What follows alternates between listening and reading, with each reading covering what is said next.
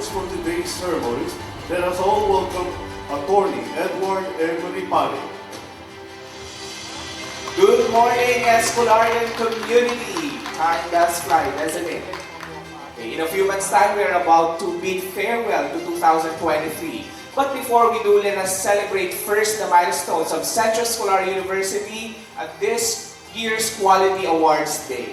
These milestones are a testament to CU's unwavering commitment to quality in everything we do, from our people to our programs and to the education we provide.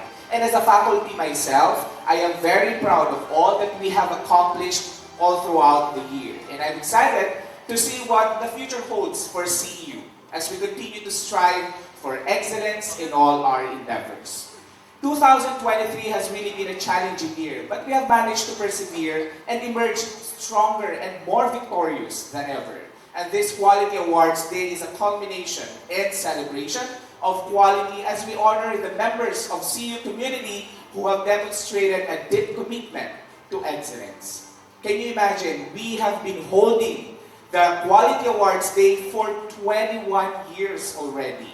That's 21 years of promoting, nourishing, and furthering quality in our beloved CU. Celebrating 21 years is truly special. Though there's no specific gem associated with this milestone, iolite, also known as water sapphire, seems like a fitting choice. Fun fact, Vikings used iolite as a compass when the sun was hidden by clouds to find their way home. It's believed to clear haze and mist, symbolizing clarity, direction, and achievement. Iolite perfectly represents our vision for quality and excellence. With clear goals and great leadership, we're on the right path to success. So everyone, cheers to 21 years. Let us begin this momentous celebration. To give us her welcome remarks, we would like to call on the university's chief leader, who has been our guiding light and our North Star in all that we do in CEU. Let us all welcome the President and Chief Academic Officer of Central Scholar University, Dr. Maria Cristina D. Padolina. Good morning to each one present in one of CEU's most awaited occasions, this Quality Awards event. Today, we will honor our people who have helped ensure and maintain the quality of Central Scholar University's academic programs, services, systems, and processes. Warmest congratulations and heartfelt thanks to our nominees and the awardees. We would also like to thank our speaker for this morning, Dr. Lilian Salonga of the Department of Trade and Industry, for giving us this time in her busy life, I'm sure, and sharing with us and the programs of the country for competitiveness, especially, and progress of our country. Before I start on my speech, my message, I would like, because I might forget, I'd like to thank the organizers of this event, especially the chairperson, Dr. Pearlie Lim. Thank you very much, Dr. Lim, for this. I know it's a year-long preparation that as soon as we finish this program, we start preparing for the next one. Thank you for you and your team. And of course, the main consultant or the, tagapangulo talaga itong ating event na ito ay si our Vice President for Research, Innovation, and Institutional Development, Dr. Erna Yabut. Medyo kailangan pong unti-untiin yun dahil mahaba at saka bago pa sa atin para matandaan natin. Okay. We consider this quest to continuously assure and enhance the quality of our systems and processes as an obligation to our stakeholders. Our internal quality assurance and self-regulation processes have become a regular part of our operations. These internal processes are complemented by a process of accreditation undertaken by external agencies to determine if appropriate standards in the delivery of our services have been met. These activities in quality assurance raises the credibility of our university among our customers, our students especially, and enhances our competitiveness in the market to ultimately impact the financial well-being of our university. We always talk about how these quality assurance processes are for our stakeholders, our students and their parents, our suppliers and vendors, the government, our shareholders, and others. In my message today, I would like to submit that in all these, we forget one important stakeholder, ourselves. We forget one important customer, ourselves. I further submit that our quest for quality in the work we do has a pivotal role in our personal well-being. Doing good work, working according to our best lights, and performing to the best of our abilities isn't just to please our stakeholders. It benefits us, each one of us, personally. We, you, all of us in the CEU community are primary stakeholders in our quest for quality. My thesis in this message does not just come from my own feelings or thoughts. It is backed up by science. Research has shown that doing the work we love and loving the work we do results not just in improved productivity in our workplace, but an improved state of our physical and mental well-being.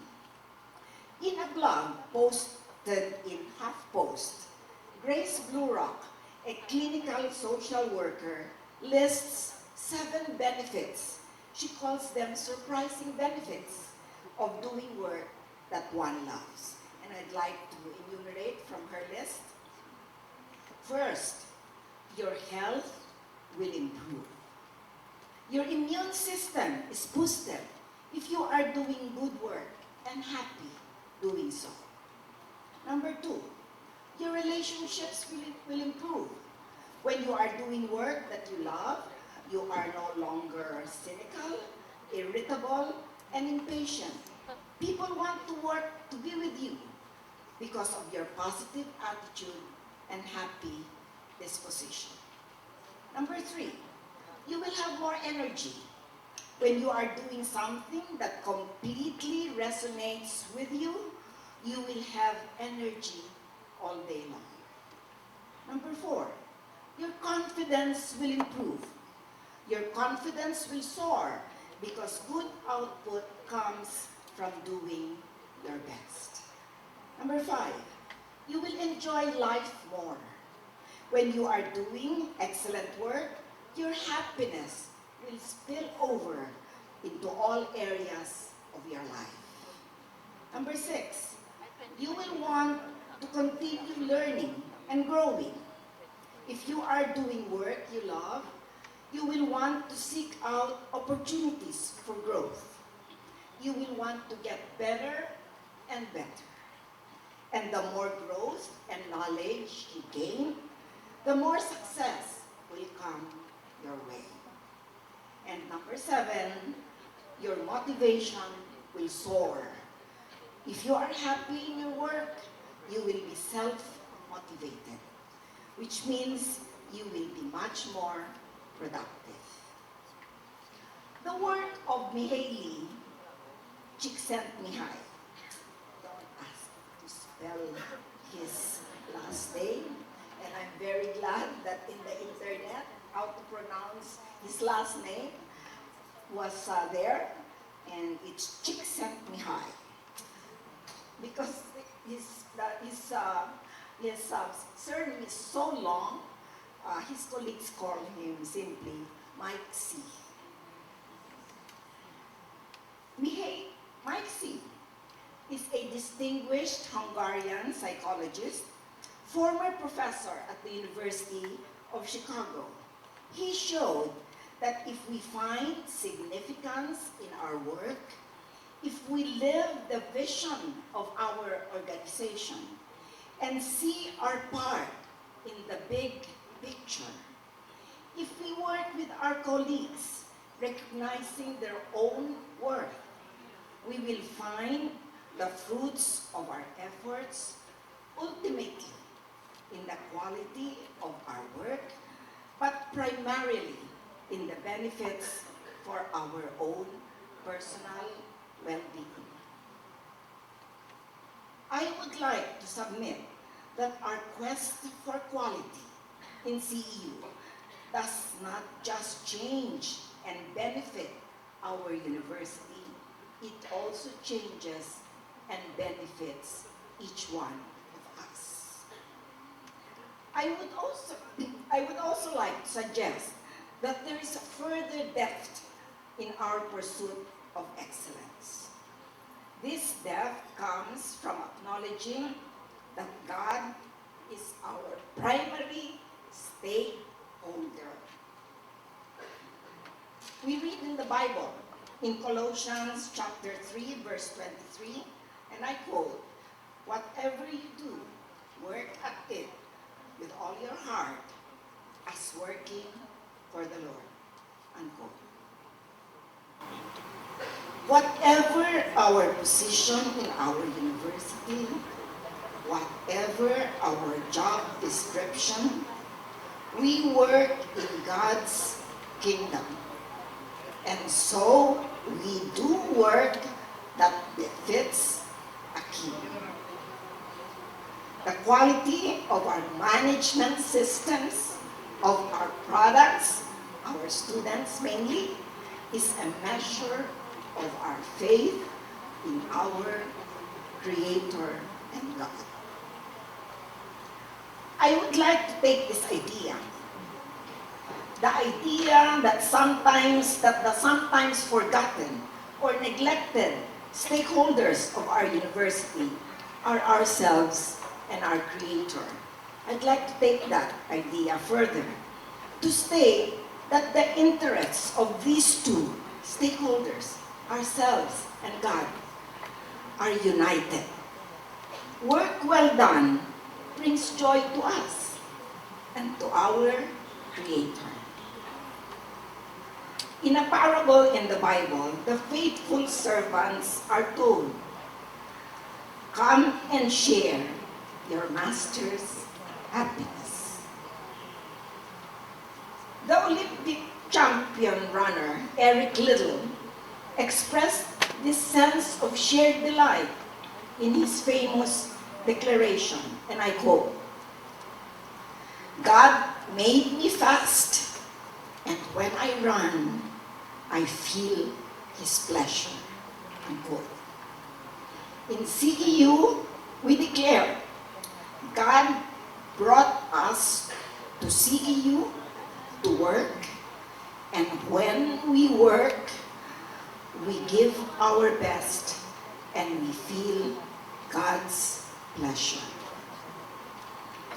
So my dear colleagues and friends and our dear students, let our quest be for the success of our beloved university.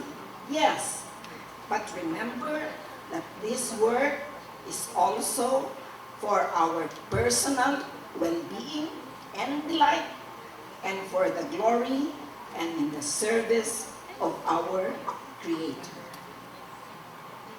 In my investiture 16 years ago, tagal na nun, I quoted from the Bible and promised, "As for me and my house, we will serve the Lord." Our quest for quality is service to the Lord. Our quest for quality is service to CEU, yes, because this is where the Lord has called us to serve. So we work in CEU with all our heart as working for the Lord. Papuri sa Diyos. Papuri sa mga paparangalan sa araw na ito. Papuri sa ating lahat, sa ating tapat na paglilingkod sa CEU. Papuri sa mahal nating pamantasan. Gandang umaga po. Thank you so much, Dr. Padulina, for sharing to us the 7 benefits of doing quality and doing good in our work. And as what Dr. Padulina said, God is our primary stakeholder in our quest for quality. So thank you, Dr. Padulina, for inspiring us to always strive for excellence in everything we do. With you at the helm, the CEU community is sure to make quality a way of life.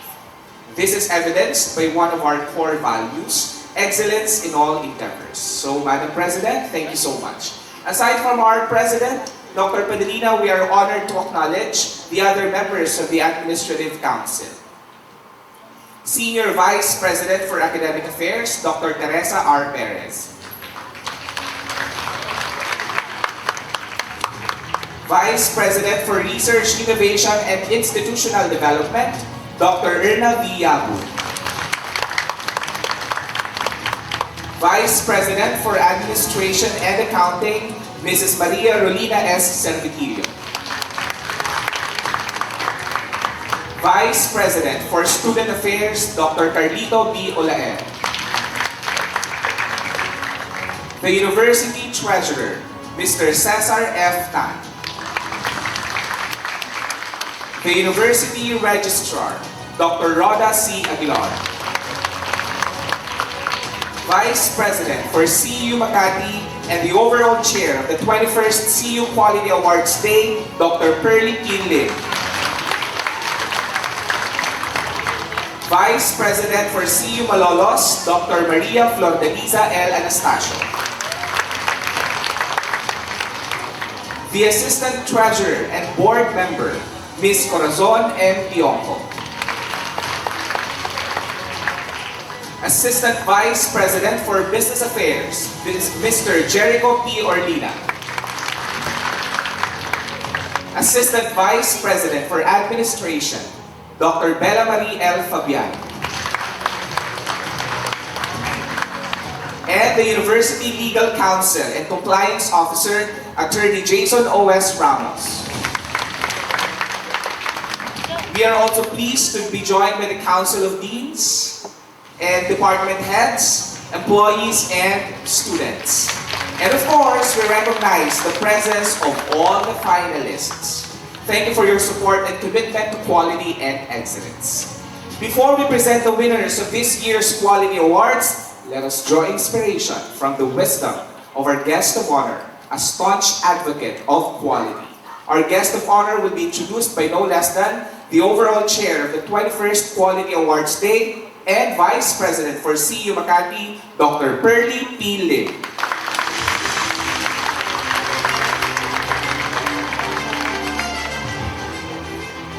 Dr. Maria Cristina Padulina, President and Chief Academic Officer, members of the Administrative Council, the Council of Deans, academic department heads, finalists of the different search categories, faculty members, students, guests, good morning. It is my privilege to introduce our guest of honor and speaker this morning. She earned various degrees in the fields of engineering, management and business, pursued higher diploma studies in good governance and public management, and as a scholarship grant awardee, earning a certificate in trade and industry in Sydney, Australia. Our guest of honor is also a faculty member of the University of Makati in the College of Workplace-Based Learning Executive, MBA. It is noteworthy to mention her passion in various endeavors, being an educator missionary for the indigenous people of Mount Pinatubo, Zambales, and the women of Payatas as well. Prior to her present position as Director of the Competitive Bureau of the Department of Trade and Industry, she was the Director 3 of the Consumer Protection and Advocacy Bureau of the department and headed 3 offices as Officer in Charge, Executive Director in the construction sector, namely Construction Industry Authority of the Philippines, Construction Manpower Development Foundation, and the Philippine Contractors Accreditation Board.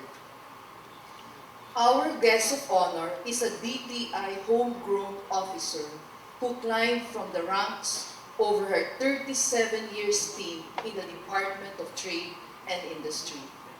Her dedication to promoting business development, fostering international trade relations, and supporting local entrepreneurs has been instrumental in the Philippines' economic success. We are very grateful that she accepted our invitation this morning despite her very, very tight schedule. Ladies and gentlemen, please welcome the Director 4 of the Competitive Bureau of the Department of Trade and Industry, our guest of honor, Director Lilian Salonga. A warm applause.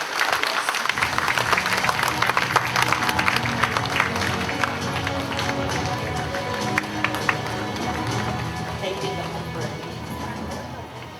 Dr. Padolina, President and Academic Officer of CEU, academic officers and members of the Council, our deans, department heads, program heads, faculty, non-teaching employees, of course, students, winners, and finalists of the CEU Quality Awards. Ladies and gentlemen, it is with distinct pride and honor that I stand before you today as we gather to celebrate excellence in the field of education in our country.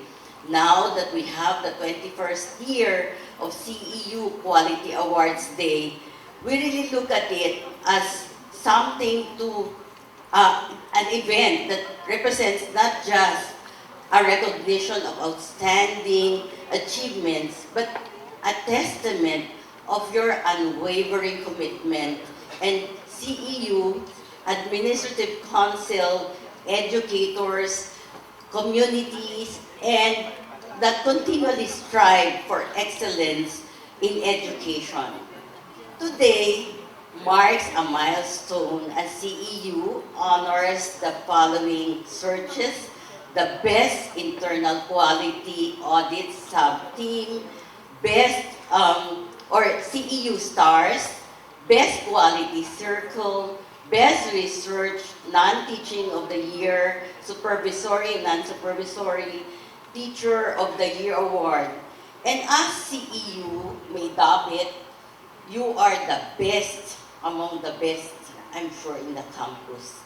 As we all know, that a university plays a vital role in equipping students with knowledge, skills, and that prepare them for the future, whether for employment, entrepreneurship, skills development, or higher education. It is imperative that quality is always embedded in its DNA, much more in our individual journeys. And with that, I think the message given by President Padolina is very much aligned to what I am about to share as I really sought wisdom, what can I impart as inspiration. So whatever path you take for your future or roles in the university, you have been to be guided by and imbibe what I call personally as the very basic ABCs of life. which I consider my personal pillar for personal success. So, letter A, of course, stands for anchoring our lives with our divine Creator. We were taught to put God at the very center of our lives. For all of us, we were created in accordance with His purpose and how He had envisioned us, and be able to anchor ourselves not just for the mere reason of our existence, but very reason to keep us grounded, reminding us that we owe all that we have and all that we are and all that we do to God, our very Creator. While we anchor ourselves to God, I think it was highlighted by Dr. Padalina, being ourselves as an important stakeholder when you talk of quality. We know that we should define the clear goal or purpose in life that we should think of.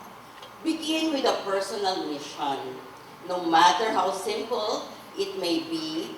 In this way, you will gain focus on the path that you take every day and even for our future. Defining our purpose by simply answering the question, why am I here in this particular season or point in my life? And what's next? I was nominated or became the finalist or winner of a CEU Annual Quality Awards. Ano naman ang isusunod ko? As a leader, as a faculty, or even as an employee or a student, the very question may be basic. Paano ko papagandahin ang mundong ginagalawan ko? I think that really gives the meaning of our very purpose. So how do I delight the people around me? Siyempre, as stakeholders and customers, we always look at delight as something for quality and our very selves to give this meaning. Marami siyempre papasok sa ating isipan dahil madami tayong gustong gawin, and you will never run out of aspiration.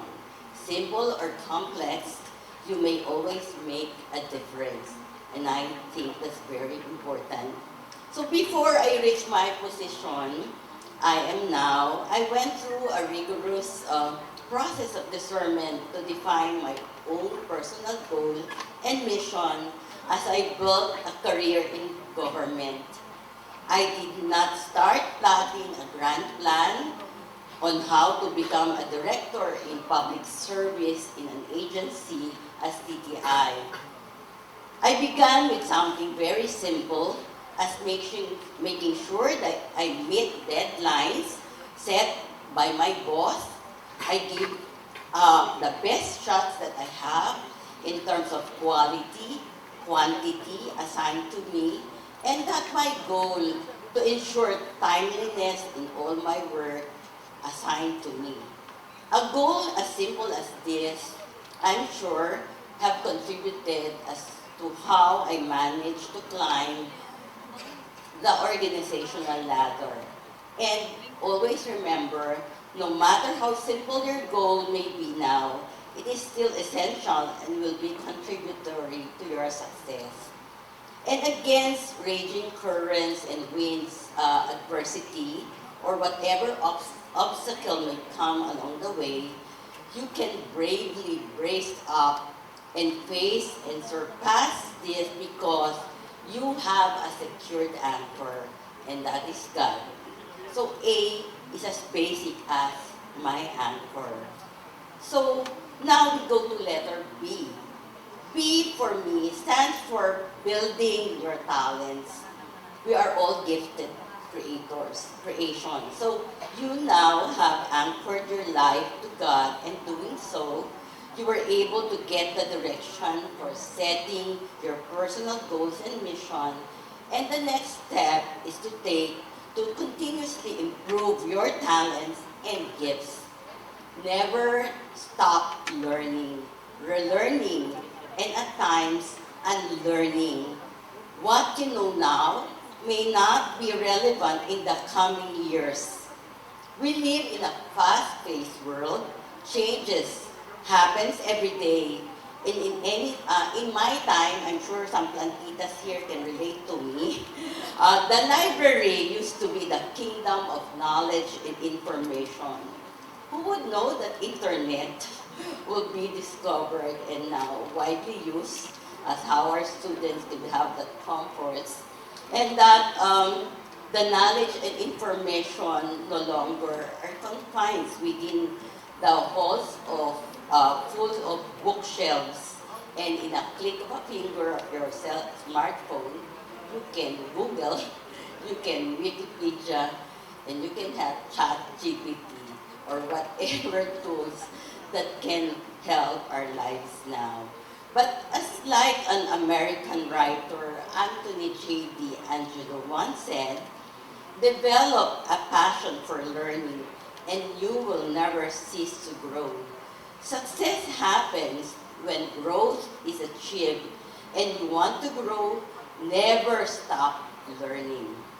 So lastly, as basic as ABC, I think the C that I can impart really that holds true for me is counting your blessings. In this chosen path, anchored with God, you have achieved success by continuously growing through learning. Now, it is time to give thanks for all the blessings that you have received and you still receive each day from God and every person that you come across with. It is but a sad fact of life that we will not get all that we want, but always be grateful for the things that you have. Life may not turn out to be the way you all wanted it to be, but no, there is always a reason for everything. We must understand it's sooner or better or later that all answers will be given to us. Just like Winston Churchill once said, success consists of going through failure to failure without the loss of enthusiasm. And as awardees of this CEU search, we are sure that some of you had challenges, mishaps, or even mistakes that came along the way, and be considered looking at some as blessings in disguise. The good things in life will not be served on a silver platter at times, but you will have to work hard for it and embark on your journey of excellence. And as CEU leaders or as students or faculty, you may know that some rough sailings can come along the way, but collectively as an institution, you have already achieved a lot of success and blessings from the Almighty. So in 2025, let me just go back to that memory lane as how our country had given the CEU as a recognition for the Philippine Quality Award for proficiency in quality management, referred to as level 2. And that, I think we can be able to share that the presentation. Well, anyway, that's the summary of what I said. But going back to the basic information and background, and as program manager of the PQA, please allow me to give the context on how academe, and we can be able to focus how this sector is vital in embracing quality in our country and even in the ASEAN. So in the next slide, I think we can also share this famous line from our PQA guru and technical expert, the former president of Holy Angels University, and our PQA, the one he's among the prime movers in the country, Dr. Chito Kalingo, that process and focusing on success means pursuing growth and performance and enabling leadership to modify plans when circumstances warrant. And as awardee of this CEU search, we are sure that you are in this journey that you would like to pursue. I think here we are flashing on screen that in 2015, CEU was conferred level 2 in the country's national, highest national recognition, that is the PhilQA, the Philippine Quality Award, being conferred by the less than the president of the country. And of course, just some of the basic concepts, let me also share that this is the only award that has been instituted by law through Republic Act 9013. And that the framework for performance excellence is something comparable with international standard, that is the Malcolm Baldrige of the US, and some equivalent in EU and Asian countries. So in this country's law, we have no less than the president as the very patron, and also being chaired by the Secretary of the Department of Trade and Industry, and also co-chaired by the Development Academy of the Philippines, as well as the Philippine Quality Productivity Movement, and from the various institutions, not only of the government, but also that of the private sector. So as you know, PQA being the performance excellence parameter, it goes through a rigorous process, and that the assessment is not just a simple checklist of compliance, but really through a criteria set forth from leadership to results.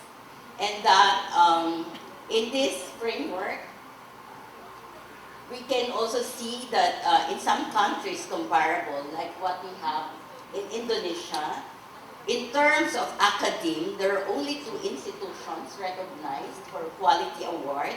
In Thailand, there are about 9. And in the Philippines, there are already 35 academic institutions that had been recognized and even recently awarded the highest quality award in the country. That is the University of Mindanao. And of course, Singapore, among ASEAN, has the highest of 79 awardees. Last year, we have also embarked and forged a memorandum of understanding with the Commission on Higher Education, and that the CHED has classified PQA as one of the indicators of the institutional quality for grant of autonomous and deregulated status for private higher education institutions. And furthermore, our goal in education sector is to turn the Philippines into a worldwide brand in which academia will become globally competitive and can respond to the challenges and opportunities of the changing times. The Philippine Quality Award recognizes organizations that excels in areas such as, of course, leadership. We heard from our CEU president herself how leadership matters in any institution, and a strong vision and mission can be cascaded down and really embedded in the institution. Among other criteria, of course, is in terms of strategy, customer focus, measurement, analysis, knowledge management, workforce engagement, operation, and of course, results, based on what we achieve as an institution. There are core principles that guide us in our quest for excellence, and no matter what our field of endeavors, these are all counted in the very foundation of the award. Our award recipients today embody the principles, consistently striving to raise the bar and redefine educational standards. They have exhibited exceptional leadership, clear vision, and unwavering commitment to the betterment of their students and communities as well. Their outstanding performance in various areas of education, from early childhood development to higher education and beyond, is an inspiration to all.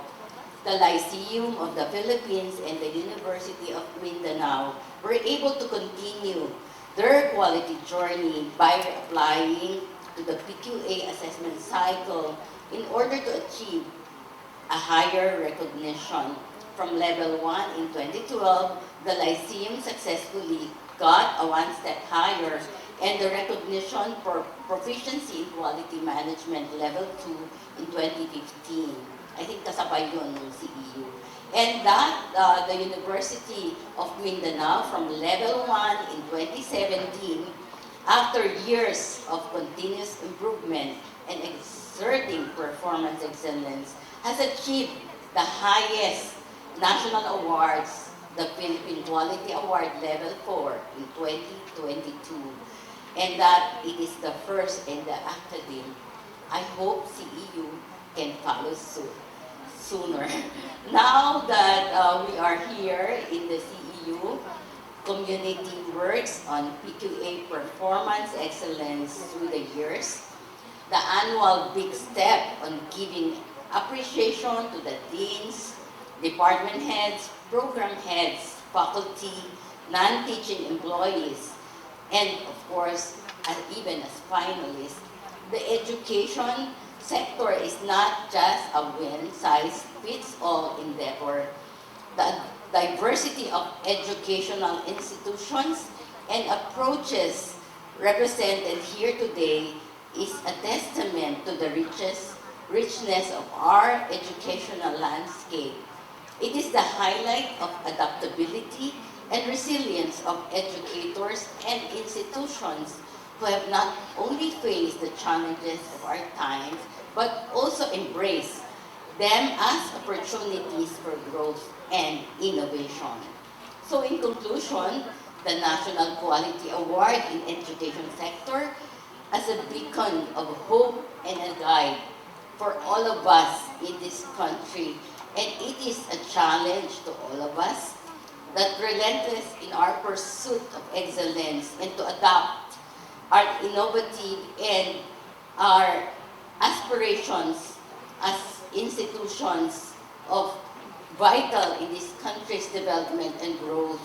Let us live here today with a renewed and committed spirit to the transformative power of quality education. For it's through education that we shape not only our future, but that of our country and of our world. Maraming salamat. Thank you so much, Director Salonga. Thank you for walking us through with the fundamentals of quality as institutionalized by our law. Okay, so at this juncture, we would like to call on Dr. Maria Cristina Di Padulina and Dr. Pearly P. Lim on stage to award the Certificate of Appreciation to Honorable Lilian G. Salonga, Director 4 of the Competitiveness Bureau of the Department of Trade and Industry. Let me read to you the citation. Ceu Quality University awards the Certificate of Appreciation to Director Lilian G. Salonga for sharing her expertise and invaluable insights as guest speaker. Signed by Dr. Pearly P. Lim, Dr. Erna Yavut, and Dr. Maria Cristina Di Padulina.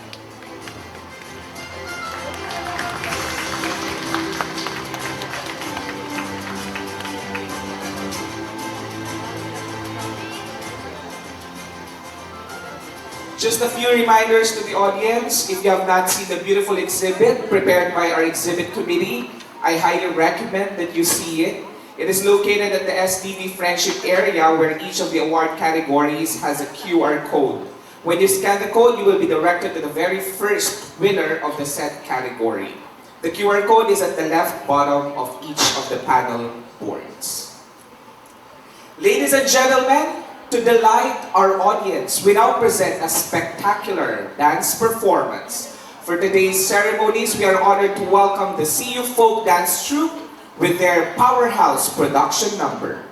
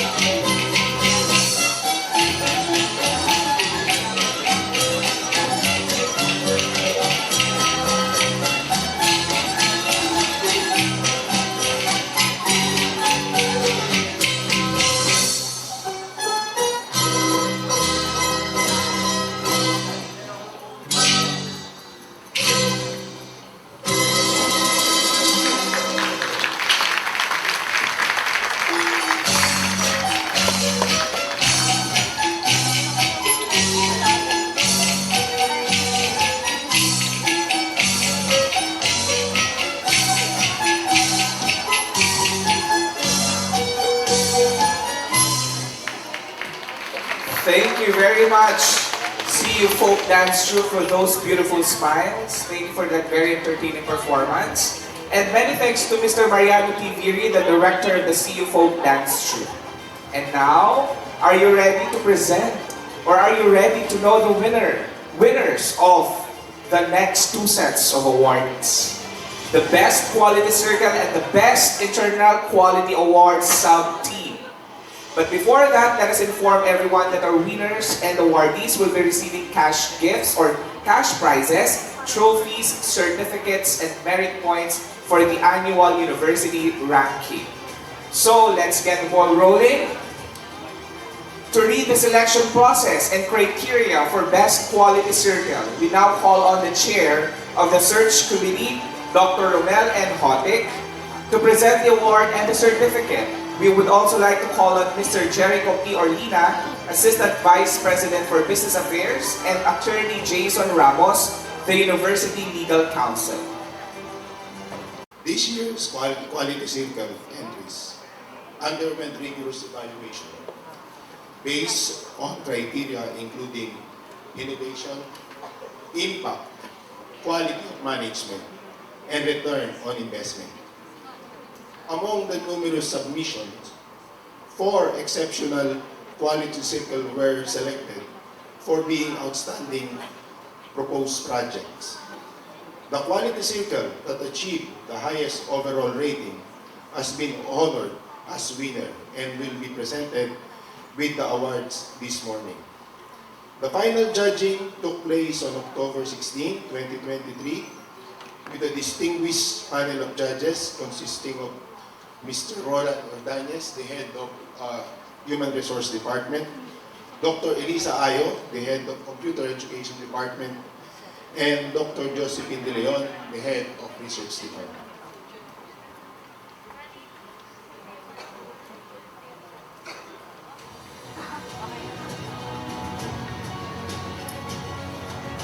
The finalists for the Best Quality Circle are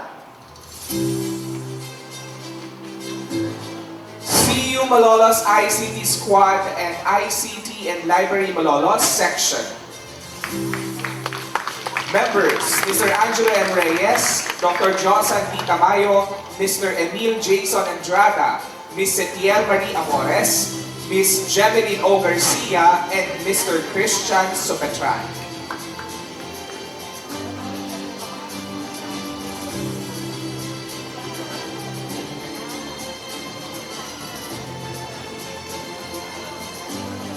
The Collaborators team from General Administration Unit of CU Makati.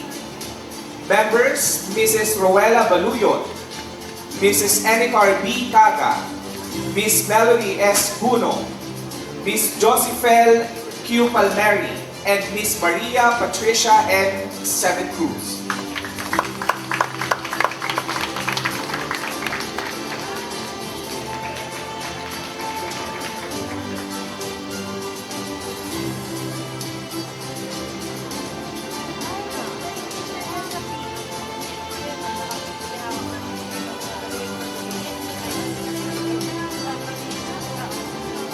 The Office of the University Registrar from Manila. Members, Mr. Raymart C. Bulaso, Mr. Jared Allen G. Anatalio, Mr. Benjo R. de Guzman, and Ms. Mary Angela M. Combine.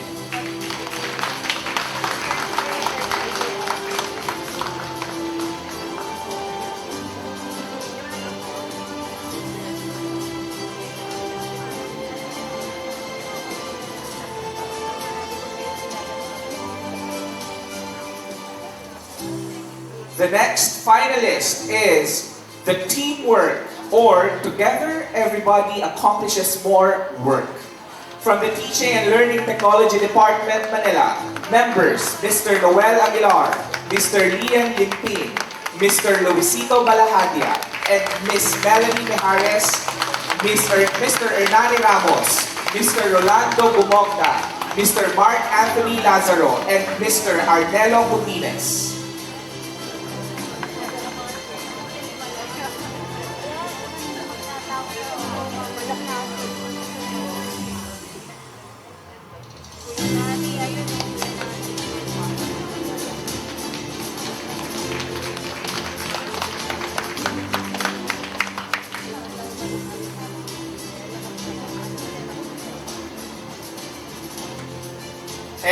the Best Quality Circle Award goes to... Here's the envelope. The Best Quality Circle goes to the Office of the University Registrar.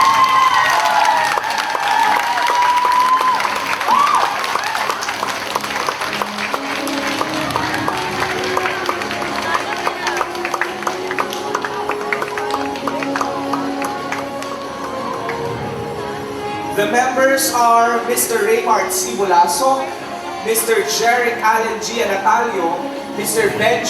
Benjo R. de Guzman, and Miss Mary Angela M. Combine.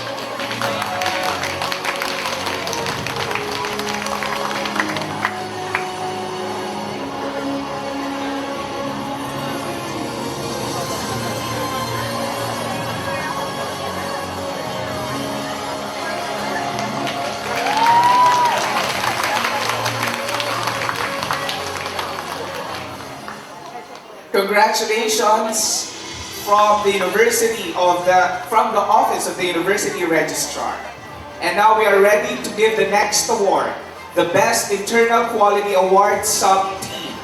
We now call on the Chair of the Search Committee for the Best IQA Sub-Team, Mrs. Marian Gigi Cusi. Joining Mrs. Cusi for the presentation of the award are Dr. Carlito B. Olaer, Vice President for Student Affairs, Dr. Roda C. Aguilar, University Registrar, and Ms. Corazon M. Tionco, Assistant Treasurer and member of the Board of Directors. The finalists for the Best IQA Sub-Team were evaluated based on competence, commitment, professionalism, integrity, and teamwork. Out of all the different IQA teams, 6 finalists were chosen. The Best IQA Sub-Team shall come from these finalists, and the nominated sub-team that garnered the highest combined ratings from the team leader and the audit evaluations, test scores, and interview shall be awarded as Best IQA Sub-Team this morning. The judges for the Best IQA Sub-Team were Dr. Erna Villabut, CEU Quality Management Representative and Vice President, Office of Research, Innovation, and Institutional Development. ASEAN Engineer Dexter T. Chua, President of CQL Business Consultancy Services, and Dr. Maria Dolores E. de la Cruz, former Head of Planning and Monitoring Department, former Officer of the Philippine Society for Quality. Thank you, Mrs. Cusi. The finalists for the Best IQA Sub-Team are Team A, Dr. Noel E. Antonio and Mrs. Ivy Echano.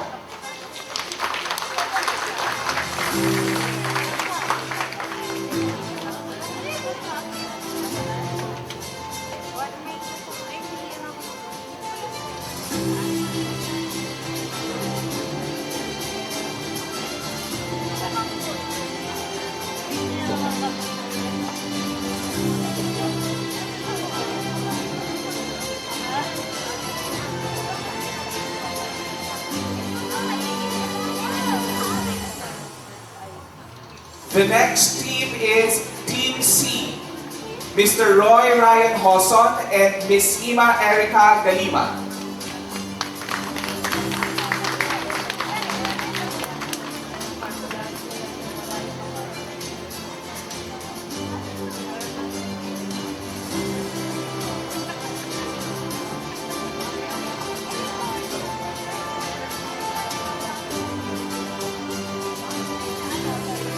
The next team is Team D. Members Mr. Frances Trinidad, Mr. Raymart Bolaso, and Ms. J. Ann Villacorte.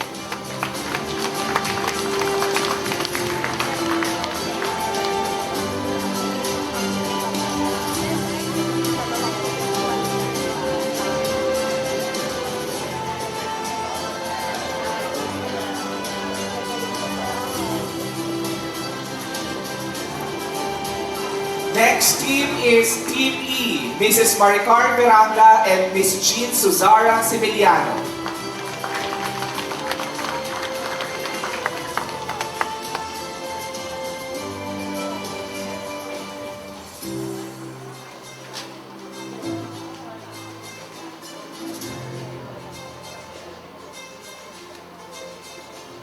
Team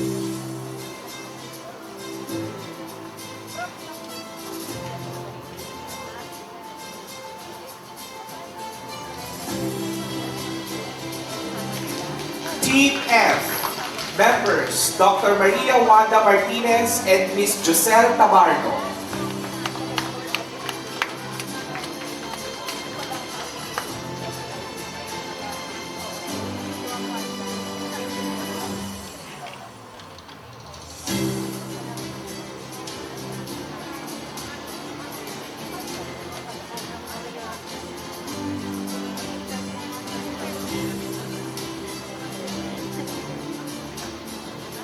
Team G, Mrs. Melody Guno and Mr. Arnel Bigia.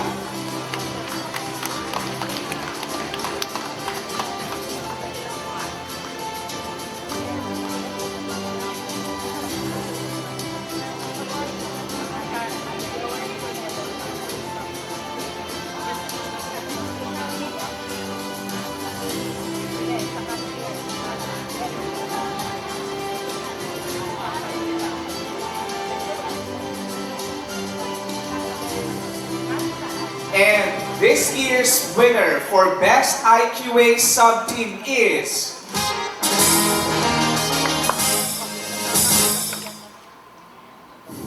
Team G, Mrs. Melody Cuno and Mr. Arnel Bigia.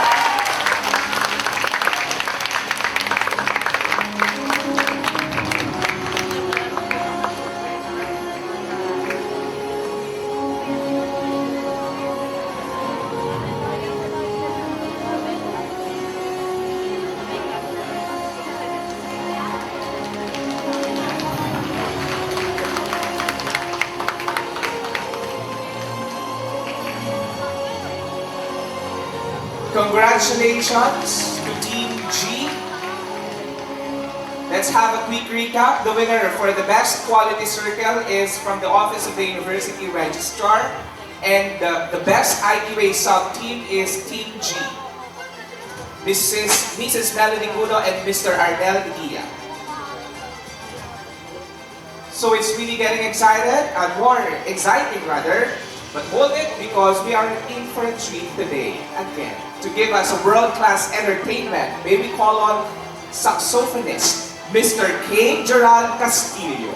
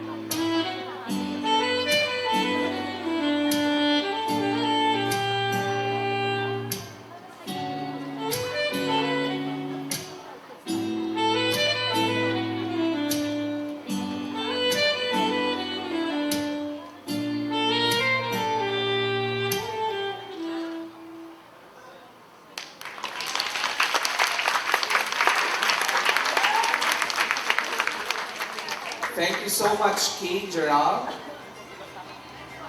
And now, we shall now present the next set of awards, the Best CU Stars Entrant. To read the selection process, please welcome Dr. Maria Corazon Elendoy, the Chair of the Search Committee for the CU Stars. The CU Scheme Toward Relevant Suggestions, or CU Stars, supports the total quality management principle of continuous improvement.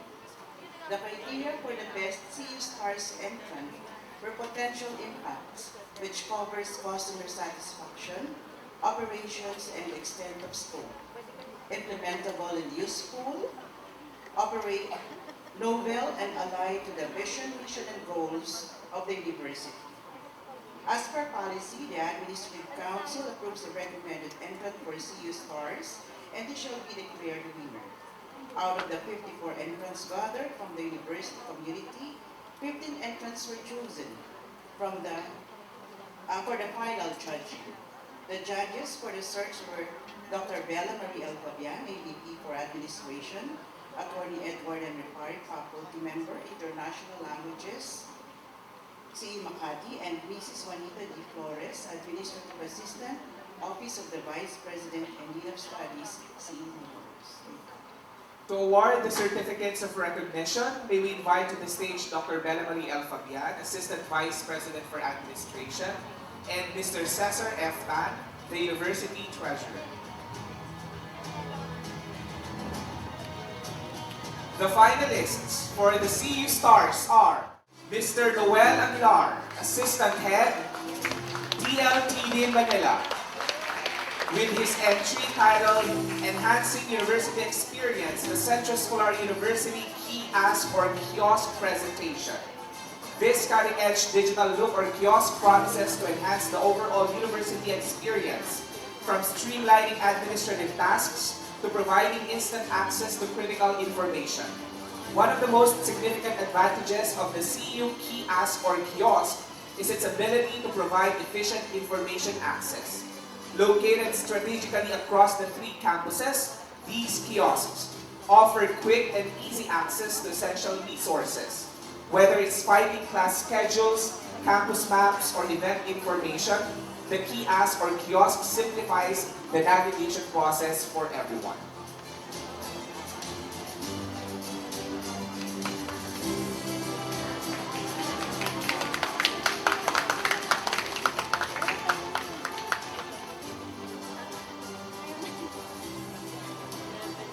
Our next finalist is Dr. Ramil L. Cuerdo from the Physical Education Department, with his entry titled Improvement of Subject Crediting Process for Transferring and Shifting Students Through an Online System. The entry aims to provide a more comfortable and professional experience for clients. That is, the transferees from other universities and shiftees from other courses at the same time manage the time needed to accomplish the process in a much shorter time frame. The online system for subject crediting process is aligned with the planned transition of CEU to the Educational Organizations Management System or EOMS. The system will benefit the enrollees, concerned academic units, the university, and the environment aligned with the university's thrust to environmental care and protection, as this process will allow lessened paper consumption. And the best CU Stars goes to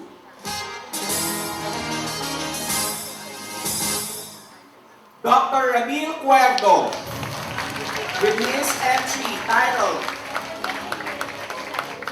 Improvement of Subject Crediting Process for Transferring and Shifting Students Through an Online System.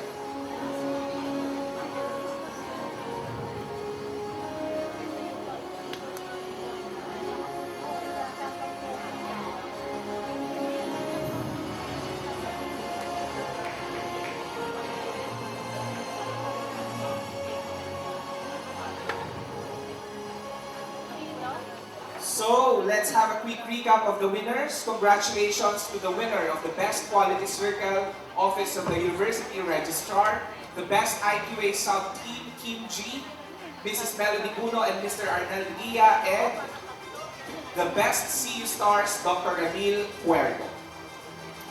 So, we are again in for a treat today. We will be serenaded with a beautiful musical performance to sing a Song of Sixpence. And meron sinta. Please welcome the CU Singers Manila with their conductor, Miss Muna Binalia.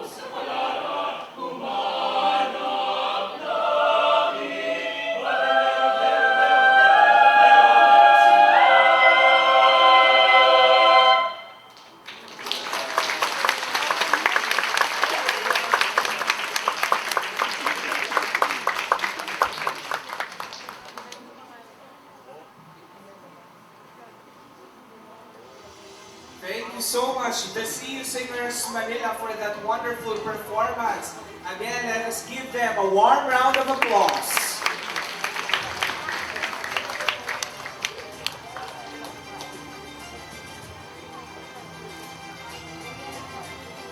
Up next is the award of the Non-Teaching Employees of the Year.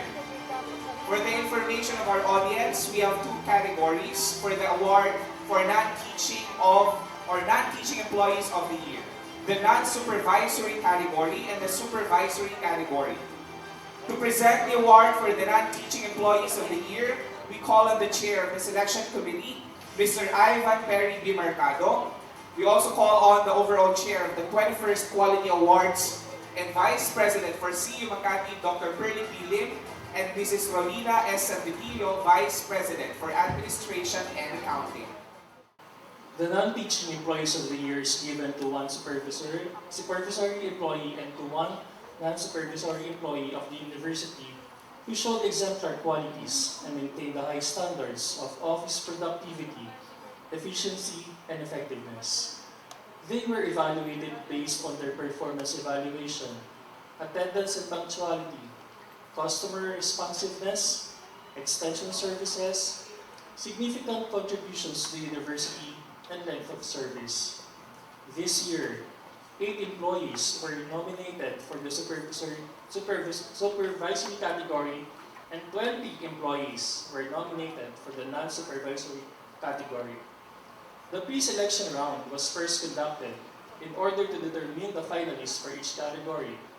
Subsequently, the finalists were interviewed by the panel of judges who were industry practitioners. And after rigorous judging and deliberation, the finalists with the highest rank were declared winners. The judges for the non-teaching employees of the year were Dr. Reynaldo S. Pineda Jr., Public Schools District Supervisor from DepEd Manila, Mrs. Elaine Grace Vanessa M. Castro, the Chair of the Human Resource Management Department from the University of Santo Tomas College of Commerce and Business Administration, and Attorney Maria Aimee E. Salvadora, owner, Tri-S Manpower Management Services, and Principal, Salvadora Law Office and Notarial Services. Thank you so much, Mr. Mercado. We shall now call the finalists for the Non-Teaching Employee of the Year, Non-Supervisory category, and they are Mr. Jeric Allen G. Anatalio from the Office of the University Registrar, Manila.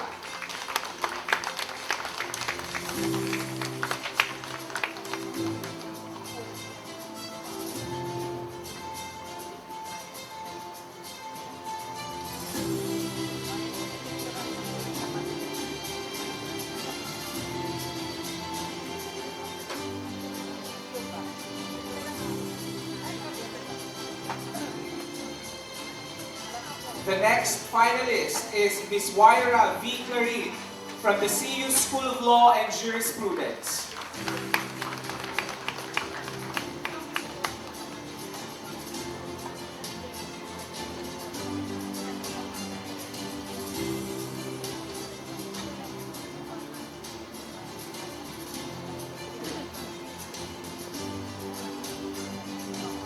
Next on the list, Mr. James Marats J. Pangalile from the Marketing Communications section of CU Malolos.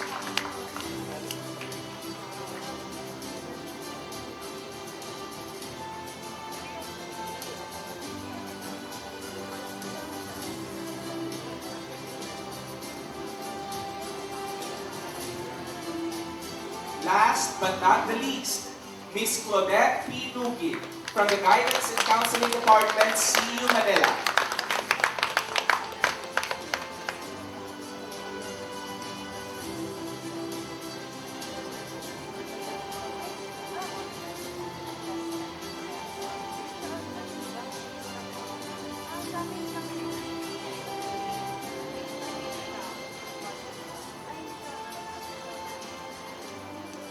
Are you ready, my dear audience? Ready?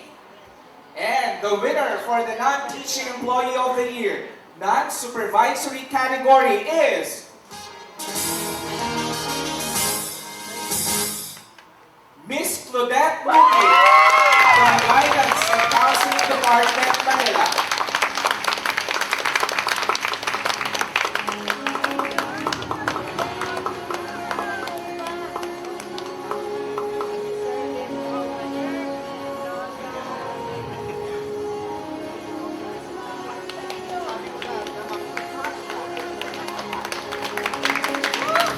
Congratulations, Ms. Luque, our non-teaching employee of the year. And now we go to the non-teaching employee of the year supervisory category. The finalists are Mrs. Marian GGC Pusi from the DLTS Makati.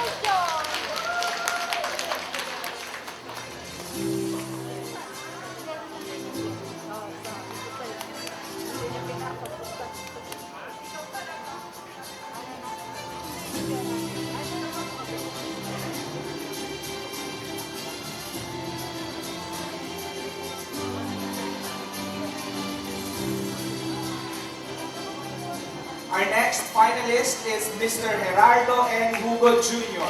from the Office of the University Registrar, Manila.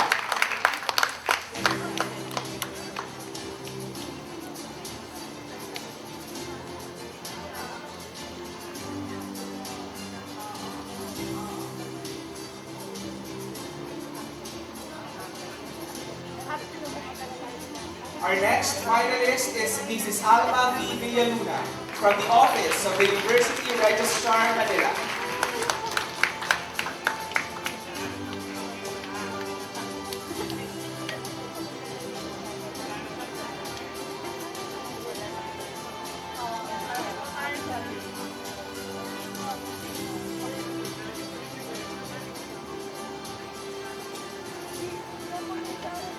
And the non-teaching employee of the year supervisory category is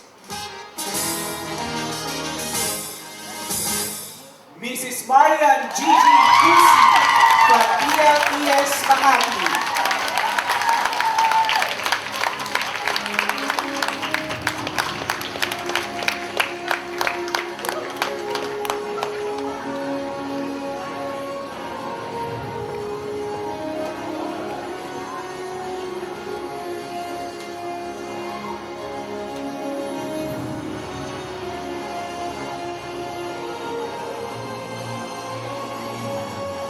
Congratulations to the winners of the non-teaching employees of the year supervisory category, Mrs. Marian Gigi Pusi, and non-supervisory, Ms. Claudette Luque. We hope that you will continue to uphold and practice total quality and excellence in your daily endeavors, be it in your professional and your personal life. Today is indeed a celebration of excellence. We do not just recognize the invaluable contribution of the teaching and non-teaching staff to the success of the university, but also that of the students. Recently, a group of students composed of 5 from different universities was declared champion in the UNESCO's 5th Global Media and Information Literacy Youth Hackathon. They bested 96 groups from 40 countries. And 3 out of the 5 students are Escolarians. The university students developed a mobile application prototype called MILES, which stands for Media and Information Literacy Empowerment Space, a go-to app that offers community projects and events to develop the critical thinking of users of any age group. The app is also sustainable and impactful because it integrates gamification as an important component to incentivize the continuous usage of the app. As one of the 4 winning groups, they will be presenting their app solutions at the UNESCO headquarters in Paris, France on November 14. The UNESCO Hackathon is one of the activities on the Global Media and Information Literacy Week Youth Agenda Forum.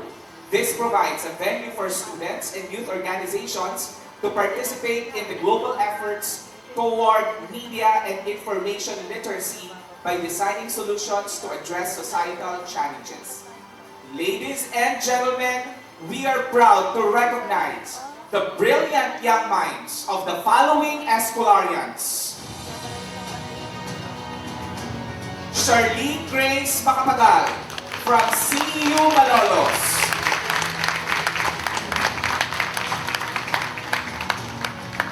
Miss Marie Francesca Hermosa from CEU Manila.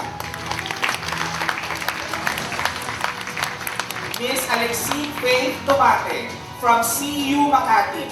All three campuses are well represented.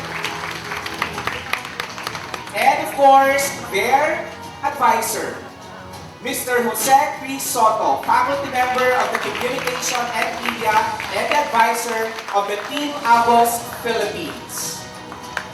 To present the award, may we call on Dr. Maria Cristina D. Padulina, President and Chief Academic Officer, and Dr. Teresa R. Perez, Senior Vice President, Academic Affairs. Once again, let us give them a warm round of applause, please.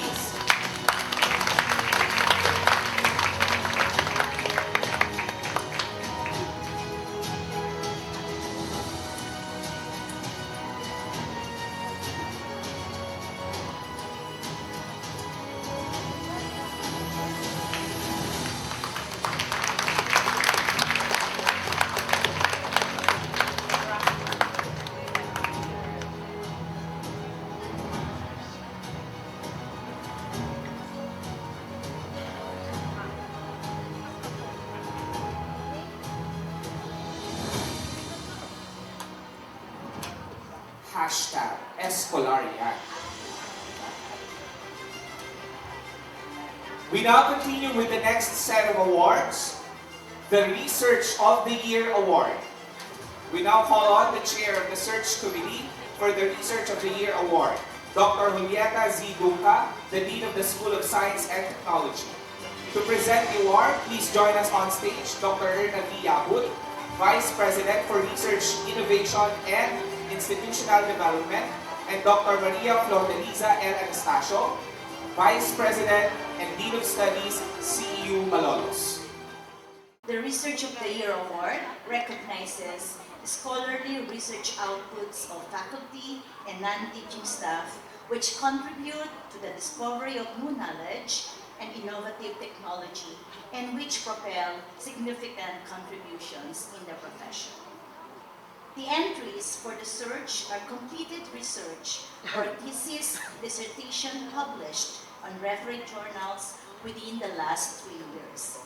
The published research may be made by an individual or a team of researchers within a school or department in collaboration with other schools or departments within CEU or with other universities. The criteria for Research of the Year are as follows. Quality of research include scientific soundness and originality of study. Quality of publications in terms of the technical quality and quality of journal on whether ISI or SCOPUS, JED accredited or refereed non-ISI, non-SCOPUS journals, and relevance. To be declared winner, a cumulative score of 80 points is required. The judges for Research of the Year were Professor Dr. Nites K. Jain, Professor and Head of the Department of Pharmacology, Modern Institute of Pharmaceutical Sciences, Indore, India. Dr. Lydia R. Dinardo, Professor Emeritus, UP Manila, Director, Office of the Research Coordination, University of the East. And Dr. Adrian Bon Santiago, Coordinator, Graduate School and Research Development and Innovation Center, Our Lady of Fatima University. Thank you, Dean Dunca. The finalists for the Research of the Year Award are Mr. J.V.C. Cebu, non-suicidal self-injury symptomatology as after effect of emotion regulation in a community sample of Filipino adolescents.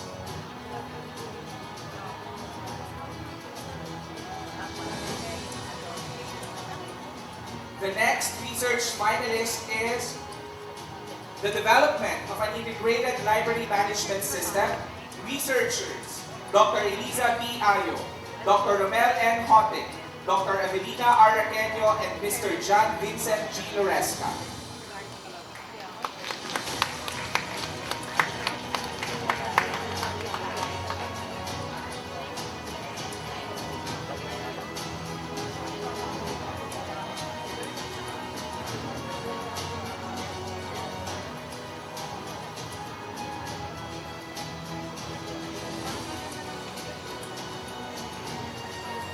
The next research finalist is the Autoregressive Integrated Moving Average Model in Forecasting Philippine Peso, United States Dollar Exchange Rates. Researcher, Mr. Doriel I. Toledo. Next research finalist is the global impacts of COVID-19 on lifestyles and health and preparation preferences, an international survey of 30 countries. Researchers, Dr. Josephine M. De Leon, Dr. Anjanette S. De Leon, Dr. Elvira U. Orgel, and Dr. Cyril G. Sabu.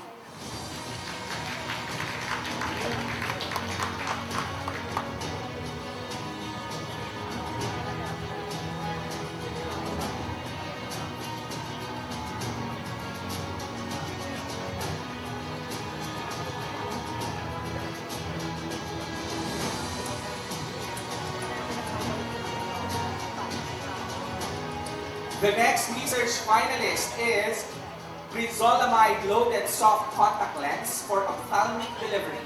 Researchers, Ms. Liza Marie C. de Guzman and Dr. Elena C. Borromeo.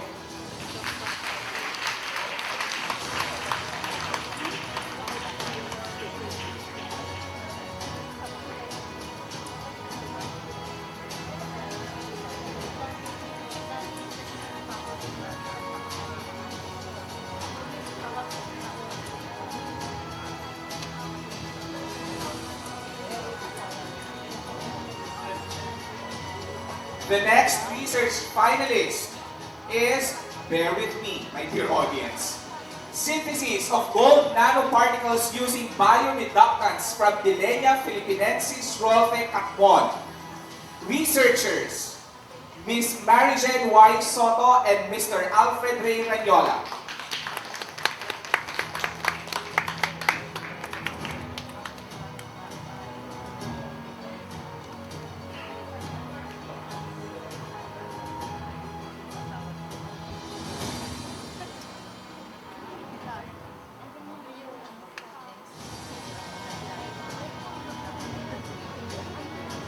Next research, again, bear with me.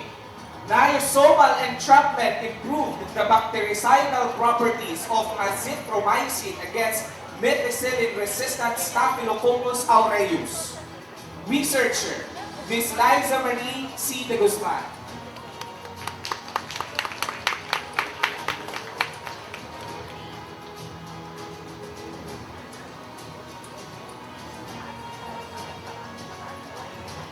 The last research finalist is Critical Thinking Research, a scoping review on research gaps. Researchers, Dr. Marcos Y. Lopez, Ms. Erlina R. Mendoza, Dr. Ricardo S. Lumpas, and Ms. Maria Asuncion A. Lopez.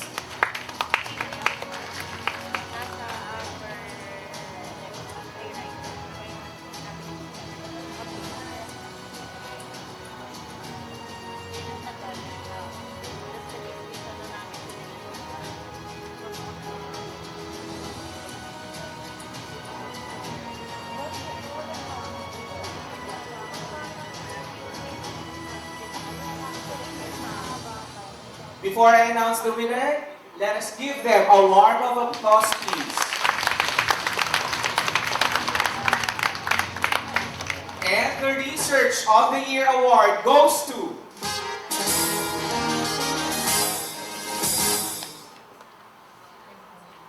Niasomal entrapment improved the bactericidal properties of azithromycin against methicillin-resistant Staphylococcus aureus by Ms. Liza Marie C. de Guzman.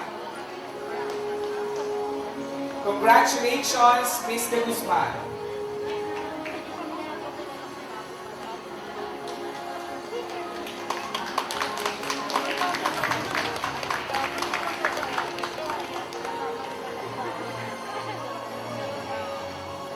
Congratulations, Ma'am De Guzman. And finally, we shall now present the most awaited award for Teacher of the Year. This award recognizes one of the most important stakeholders in our university, our teachers. To present the award, may we call on the Chair of the Search Committee, Dr. Maria Donabel Yudean, the Dean of the School of Pharmacy. We would also like to request the presence of the University President and Chief Academic Officer, Dr. Maria Cristina D. Padolina, and Dr. Teresa R. Perez, Senior Vice President for Academic Affairs.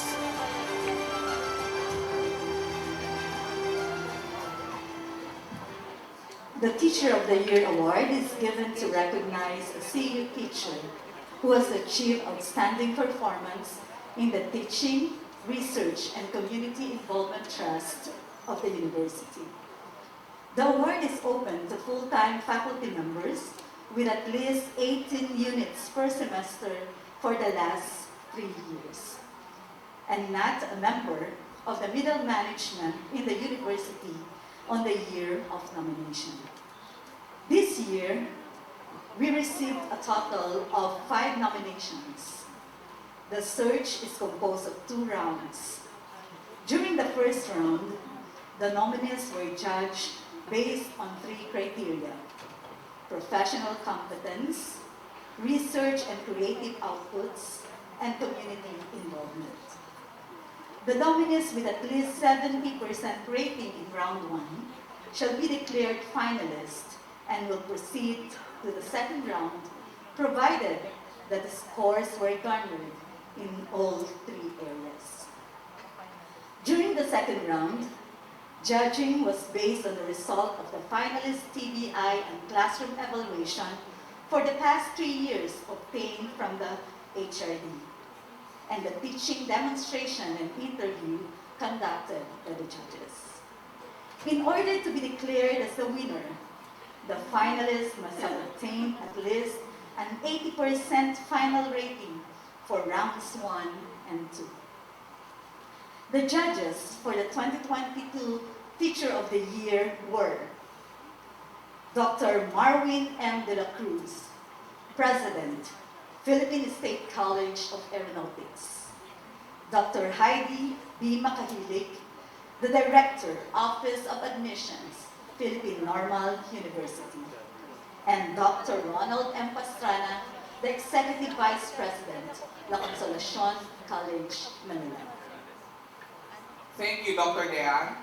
Indeed, you have presented a very stringent set of criteria for Teacher of the Year.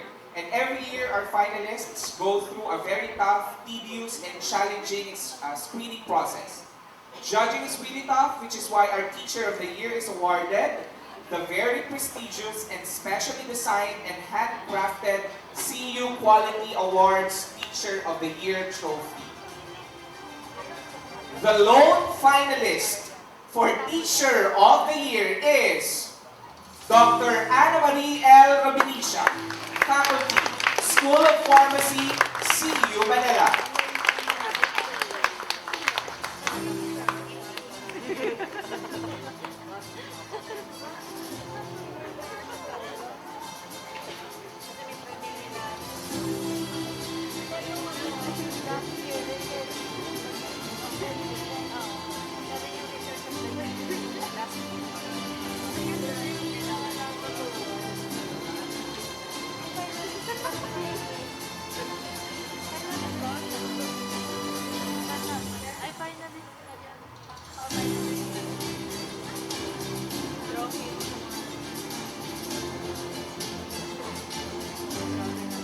Ladies and gentlemen, the winner for the Teacher of the Year is none other than Dr. Ana Marie Robinicia.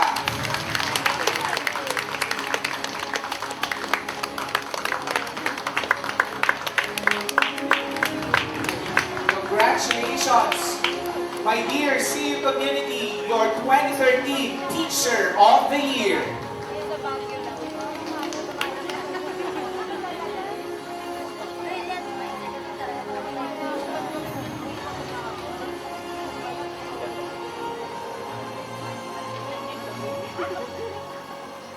Thank you so much, Dr. Padrina and Dr. Perez. So let's have a quick recap. Congratulations to Miss Liza Marisi de Guzman for receiving the Research of the Year Award. Also, congratulations to Miss Claudette Lugit, the Non-Teaching Employee of the Year, Non-Supervisory category, and Mrs. Marian GGC Kusi, the Non-Teaching Employee of the Year, Supervisory category, and of course, our Teacher of the Year, Dr. Ana Marie Robinisha. Before we end the 21st Quality Awards, may we request everyone to do the Pledge of Commitment as we signify our fervent intent to scale the heights of quality and excellence and renew our strong commitment to quality practices. To lead us in our Pledge of Commitment, may we call on Dr. Rita Abut, Vice President for Research, Innovation, and Institutional Development, and the Quality Management Representative. Will you please raise your right hand and all together let us recite our commitment, our pledge of commitment to quality and excellence.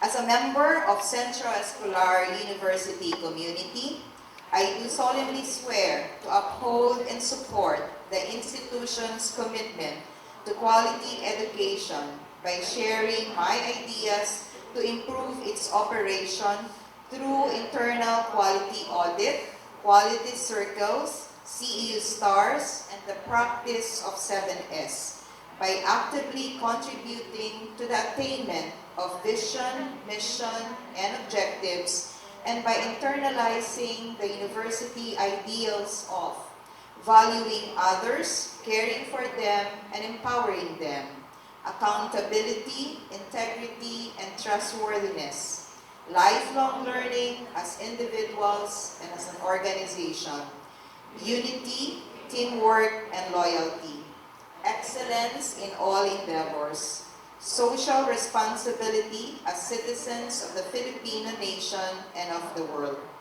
These I pledge for a better CEU, a better Philippines, and a better world. So help me God. Thank you so much, Dr. Yabut.